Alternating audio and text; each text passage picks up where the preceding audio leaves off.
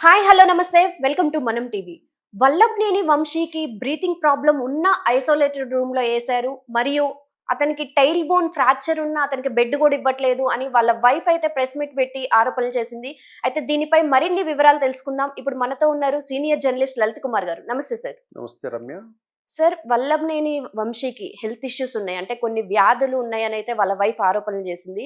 అయినా తనని మంచిగా ట్రీట్ చేయట్లేదు జైల్లో అనేది తన ఆవేదన వ్యక్తం చేసింది ప్రెస్ మీట్ ముందు. అసలు దీన్ని ఎలా చూడాలి మనం? రమ్య, సహజంగా ఎవరైనా రాజకీయ నాయకులు రిమాండ్ అని చెప్తూనే ఇమ్మీడియట్గా గుండెలో నొప్పి ఉందని, నాకు ఇక్కడ నొప్పి ఉంది, నాకు ప్రాబ్లం ఉంది, హాస్పిటల్కి తీసుకోండి అనేసి డ్రామాలు ఆడుతుంటారు ఎస్. రాజకీయ నాయకులు. ఇవి మనం గతంలో కూడా చూసాం. నిన్న మొన్నటి వరకు గన్నవరాన్ని గజగడలాడించిన వల్లభనేని వంశీకి హఠాత్తుగా ఈరోజే నడుము నొప్పి, కాలు నొప్పి, కడుపు నొప్పి, బ్రీతింగ్ ప్రాబ్లం. ప్రాబ్లం. ఏమి భూమి మీద ఉన్న రోగాలన్నీ ఉన్నాయన్నట్లు వాళ్ళ మిస్సెస్ ఆ విధంగా చెప్తుంటే చాలా ఆశ్చర్యకరం ఇది చూసే జనాలకి. ఎస్. అంటే గత 5 సంవత్సరాలలో ఈ వల్లభనేని వంశీ అనుచరులు వీళ్ళు చేసిన అరాచకాలు, భూ కబ్జాలు, సెటిల్మెంట్లు ఇవన్నీ గన్నవరం ప్రజలకు తెలుసు. ఈరోజు ఒక టీడీపీ పార్టీకి సంబంధించిన పార్టీ ఆఫీసు మీద దాడికి సంబంధించిన కేసులో కిడ్నాప్, ఎస్సీ అట్రాసిటీ కేసుకు సంబంధించి ఈ కేసులో రిమాండ్ విధించారు. ఎస్. ఇన్ని రోజులు లేని నొప్పి, ఈ ప్రాబ్లమ్స్ అన్నీ హఠాత్తుగా ఈరోజు ఎట్లొచ్చాయి? ఇంకో విషయం ఏంటంటే, జగన్మోహన్ రెడ్డి లాంటి దుర్మార్గమైన పరిపాలన చంద్రబాబు నాయుడు గారు చేయరు. ఎస్. ఏదో జైల్లో చిక్కాడు, మనం ఏదో ఇబ్బంది పెట్టాలా అనే తత్వము చంద్రబాబు నాయుడు గారి గవర్నమెంట్ది కాదు. చట్టపరంగా, న్యాయపరంగా జైలు ఖైదీలకు, రిమాండ్ ఖైదీలకు ఏవైతే వసతులు ఉంటాయో ఆ వసతులు ఇస్తారు. ఇంకొకటి, ప్రత్యేకంగా ప్రొటెక్షన్ కూడా ఏర్పాటు చేశారు అతనికి. ఓకే. ఎందుకంటే రిమాండ్ ఖైదీలలో ఈ గంజాయి తీసుకునే వాళ్ళు ఉంటారు, కొంత రౌడీస్ ఉంటారు, ఇట్లా రకరకాల వ్యక్తులు ఉంటారు. ఇతర పార్టీల మీద అభిమానం ఉన్నోళ్ళు ఉంటారు. వైసీపీ పార్టీ మీద అభిమానులు ఉంటారు, టీడీపీ పార్టీకి సంబంధించిన అభిమానులు ఉంటారు. ఇట్లా ఉంటారు కాబట్టి ఇతర ఖైదీలతో కాకుండా అతన్ని సపరేట్గా ఉంచారు. మనం ఈరోజు కూడా పత్రికల్లో చూసాం.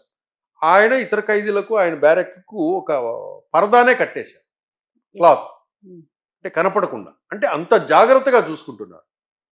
ఇప్పుడు మీకు ఏదైనా బ్రీతింగ్ ప్రాబ్లం కానివ్వండి, ప్లస్ పెయిన్ కానివ్వండి, ఏదైనా ఇవన్నీ అక్కడ డాక్టర్ ఉంటారు జైల్లో. ఓకే. డాక్టర్కు నాకు ఈ ప్రాబ్లం ఉంది సార్ అంటే డాక్టర్ రెఫర్ చేస్తారు. ఇతనికి బాగలేదండి, ఇతనికి మీరు మంచం ప్రొవైడ్ చేయండి, ఆయన కింద పడుకోవడం సరికాదు. ఎందుకంటే కింద పడుకొని లేయటము కొంచెం ఇబ్బంది. యాక్చువల్గా మనం మామూలుగా చెప్పుకోవాలంటే వల్లభనేని వంశీ బాడీ కూడా సెన్సిటివే. ఓకే. అతని బాడీ కూడా సెన్సిటివే. ఏదో కష్టాన్ని తట్టుకోగలుగుతుంది ఇదనేది లేదు. అతని బాడీ కూడా సెన్సిటివే. కాకపోతే జైల్లో ఎట్లుంటుందంటే ఆ రూల్స్ అండ్ రెగ్యులేషన్స్ ప్రకారం ఎవరైనా కూడా డాక్టర్ చెప్పాలి. ఓకే. వీళ్ళు ఒకవేళ కోర్టుకు వెళ్ళినా కూడా జడ్జి ఏం చెప్తాడు? డాక్టర్కే రెఫర్ చేస్తారు. ఎస్. అందుకు జైల్లో డాక్టర్ ఉంటారు కాబట్టి అతనికి ఏదైనా ప్రాబ్లం ఉంటే అక్కడ డాక్టర్కి చెప్పచ్చు. అక్కడ డాక్టర్ చెక్ చేసి ఎస్ ఇతనికి ఇది ఉంది, ప్రాబ్లం ఉందన్నప్పుడు దానికి తగినట్టు ఏం ట్రీట్మెంట్ కావాలి అనేది ట్రీట్మెంట్ ఇస్తారు. ఒకవేళ అక్కడ ట్రీట్మెంటు అక్కడ వీలు కాదు, ఏదైనా అతను హాస్పిటల్కి వెళ్ళాలి అని అన్నా కూడా ఇమ్మీడియట్గా డాక్టర్ రెఫర్ చేస్తారు. ఇమ్మీడియట్గా అతనికి బయట హాస్పిటల్లో జాయిన్ చేయించాలి, స్పెషల్ ట్రీట్మెంట్ అవసరం అని చెప్తారు. కానీ ఏంటంటే ఫస్ట్ అక్రమ అరెస్ట్ అన్నారు. ఈ వైసీపీ వాళ్ళు అప్పుడు చేసిన అరాచకాలన్నీ సంబంధించిన సాక్ష్యాధారాలన్నీ పుటప్ చేసే వీళ్ళు అరెస్ట్ చేస్తున్నారు. అక్రమ అరెస్ట్ ఎలా అవుతుంది? సత్యవర్ధన్కి డబ్బులు ఇవ్వలేదా? సత్యవర్ధన్ని కిడ్నాప్ చేయలేదా? సత్యవర్ధన్ని కొట్టలేదా? ఇవన్నీ కూడా సాక్ష్యాధారాలు పోలీసుల దగ్గర ఉన్నాయి. అయితే వల్లభనేని వంశీ ఫోన్ మిస్ అయింది. ఉమ్, బంగాళాఖాతంలో ఉంది అని చెప్పేసి వినిపిస్తుంది. అది అంటే అంటే ఆయన ఫోన్ అక్కడెందుకు ఉన్నట్లు సార్? నాకు తెలిసి ఏంటంటే ఇతను ఎప్పుడైతే బెడ్రూమ్లోకి వెళ్ళాడో షర్ట్ వేసుకొస్తానని, డ్రెస్ మార్చుకొని వస్తానని, అప్పుడు కొంతమందితో ఫోన్లో మాట్లాడాడు. ఓకే. ఫోన్లో చాలాసేపు ఉన్నాడు ఆ గదిలో. ఆ ఫోన్లో ఏదైనా సమాచారం అండ్ వాట్సాప్ చాటింగ్స్ ఇవన్నీ ఉన్నప్పుడు ఆ ఆ గది నుంచి ఎక్కడైనా బయటికైనా విసిరి ఉండాలి ఫోన్ కాల్స్ అయిపోయిన తర్వాత. ఓకే. ఇప్పుడు ఆ ఫోన్ ట్రేస్ అవుట్ చేయాలంటే ఆ ఫోన్ లోపల సిమ్ ఉందనుకోండి, ఆ ఫోన్ ఎక్కడుందో చెప్పొచ్చు మనం. యెస్. ఆ ఫోన్లో సిమ్ లేదనుకోండి, ఈ టవర్ కనెక్షన్ ఉండదు దానికి. మామూలు ఫోన్ ఉండిపోద్ది. మీరు ఎప్పుడైతే ఆ చిప్ వేస్తేనే ఏ టవర్ పరిధిలో ఉంది అని చెప్పొచ్చు. పోలీసుల ఎంక్వైరీలో బయటపడుతుంది. యెస్. ఇతను ఆ ఫోనుకు సంబంధించి చిప్ తీసేసాడు అనుకోండి, చిప్ తీసేసి ఆ ల్యాబొరేటరీలో పడేసి సెల్ ఫోన్ ఎక్కడ చెట్లలో పడేసినా కూడా ట్రేస్ అవుట్ చేయలేరు, యెస్. అతను చెప్పితే తప్పక నోటితో. ఇప్పుడు రిమాండ్లో ఉన్నాడు కాబట్టి పోలీసులు అతన్ని విచారణ కోసం కోర్టును అప్రోచ్ అయ్యే అవకాశం ఉంది. ఆ కస్టడీకి తీసుకున్నప్పుడు ఆ కస్టడీలో ఈ ఫోన్ విషయం అడిగే అవకాశం ఉంది. ఓకే.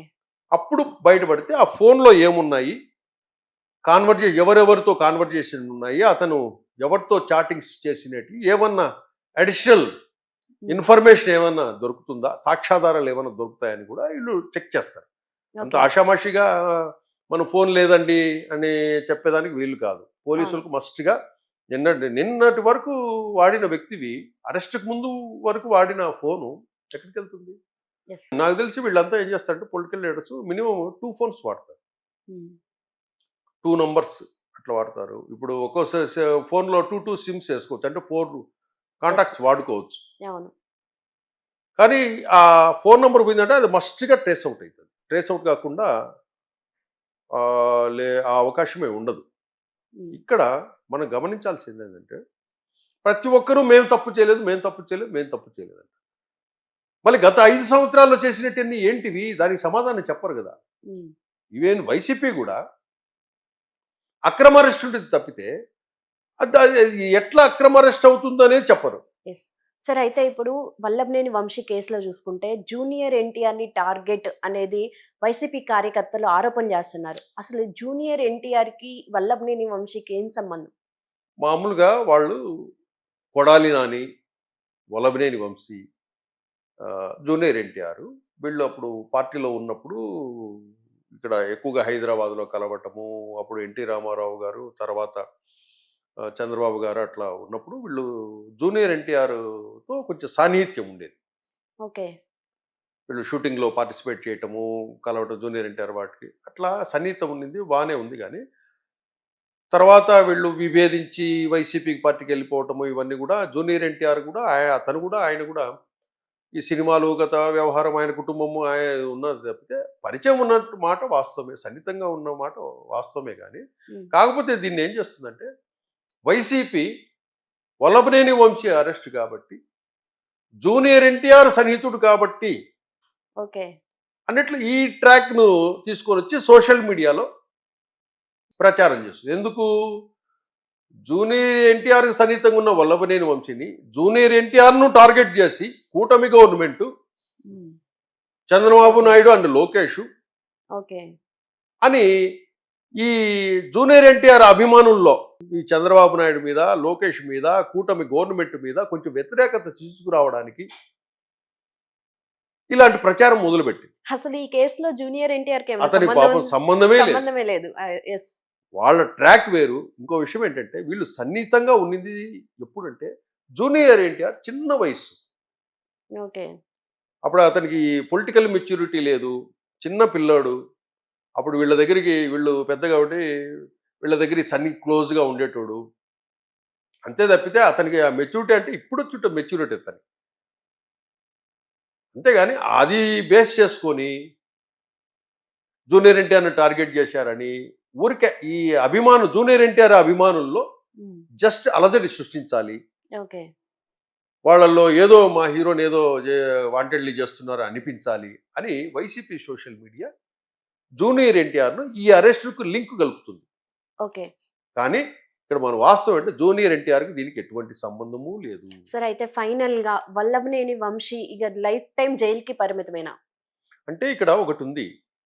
వల్లభనేని వంశీ ఇప్పుడు ఫస్ట్ ఒక కేసులో ఇరుక్కున్నారు పక్కాగా. ఈ ఎవిడెన్సెస్ అన్నీ ఇప్పుడు పుటప్ చేస్తున్నారు పోలీసులు. ఈ తప్పించుకునే మార్గాలు ఈ అంత బలంగా ఉన్నాయి సాక్ష్యాధారాలు. ఓకే. ఇప్పుడు గతంలో వల్లభనేని వంశీ చేసిన అరాచకాలకు సంబంధించిన బాధితులు ఎవరైతే ఉంటారో వాళ్ళందరూ కూడా ఇప్పుడు ధైర్యం చేసి కంప్లైంట్ ఇచ్చే అవకాశం ఉంది. ఓకే. ఎవరైనా ఆస్తులు గుంజుకొని ఉంటాడు, లేకపోతే బెదిరించి సంతకాలు చేయించిన సందర్భాలు, లేదా కొన్ని కబ్జాలు చేసేసి తను తీసుకోను, ఇట్లాంటివన్నీ ఉంటాయి కొన్ని. కొంతమందిని కొట్టి ఉంటారు, కొంతమందిని ఏదో ఉంటారు, వాళ్ళంతా ఇప్పుడు కంప్లైంట్ చేస్తే అవకాశం ఉంది. కంప్లైంట్ చేస్తే కనుక ఆయా కేసుల్లో కూడా వాళ్ళు బాధితులు తగిన సాక్ష్యాధారాలు పోలీసులకు అందజేస్తే మస్ట్గా కేసులన్నీ వరుసగా కట్టే అవకాశం ఉంది. కాబట్టి ఒక కేసు తర్వాత ఒకటి, ఒక కేసు తర్వాత ఒకటి అన్నప్పుడు కంటిన్యూస్గా ఇప్పుడు ఈ కేసుల్లో బయటకు వచ్చా, తర్వాత ఇంకో కేసులైనా అరెస్ట్ అయ్యే అవకాశం ఉంటుంది. కాబట్టి ఈ కేసు తర్వాత ఆ కేసులన్నీ పెట్టే అవకాశం ఉంటుంది. Okay. Thank you sir. Thank you.